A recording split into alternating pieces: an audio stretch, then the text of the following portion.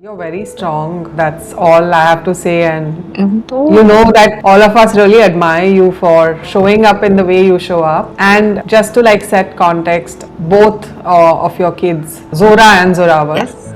were born with cerebral palsy. I'd like you to just talk a little bit about that, give more context. So I think they were not born with it. Zorawar didn't cry, so he was incubated. But what happens is when you come before technically time in general, you can have few reasons where you have injury and your brain gets insulted.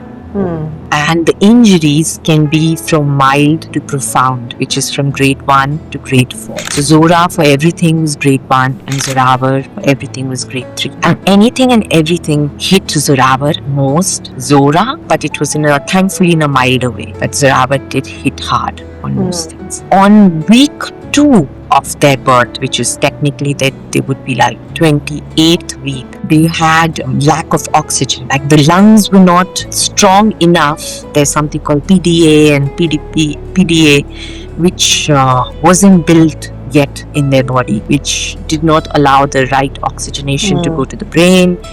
And boom, when you don't have the right oxygen, you'll have a hemorrhage. And when you have an hemorrhage, it's an injury. That's it.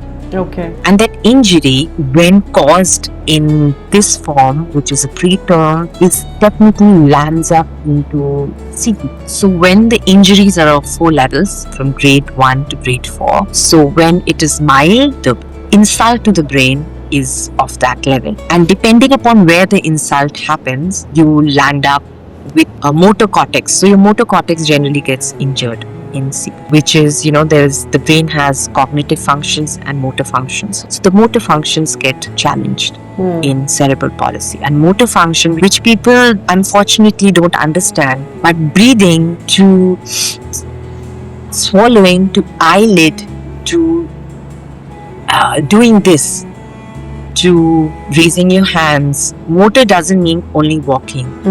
It goes from as normal as or as regular as a function which we take is breathing. It can be challenging for some child because they got profoundly hurt. And so for Zorawar, he is quad CP, which is all his limbs got. So the cortex where all his limbs are not moving in regular way for now. But over time, with your physio, with your OT, you can increase the functional level for a child. So you can keep doing consistently because there's something called neuroplasticity where the brain cells are learning every day. It's like, imagine like a river. Yeah. That's how I vision my Zorawar's brain. So some part, if there's a river flowing and a big stone falls on it, the river will, the other side will start drying up. And at some point, but the river is flowing from there. So some point the water will come, the stone will, start eroding and there'll be some hole and the water will start going on the other side. Or the water will come to an extent that it will push itself to the other side. And that's how I'll see my Zorawar's brain. It's going to take time, but we will get there.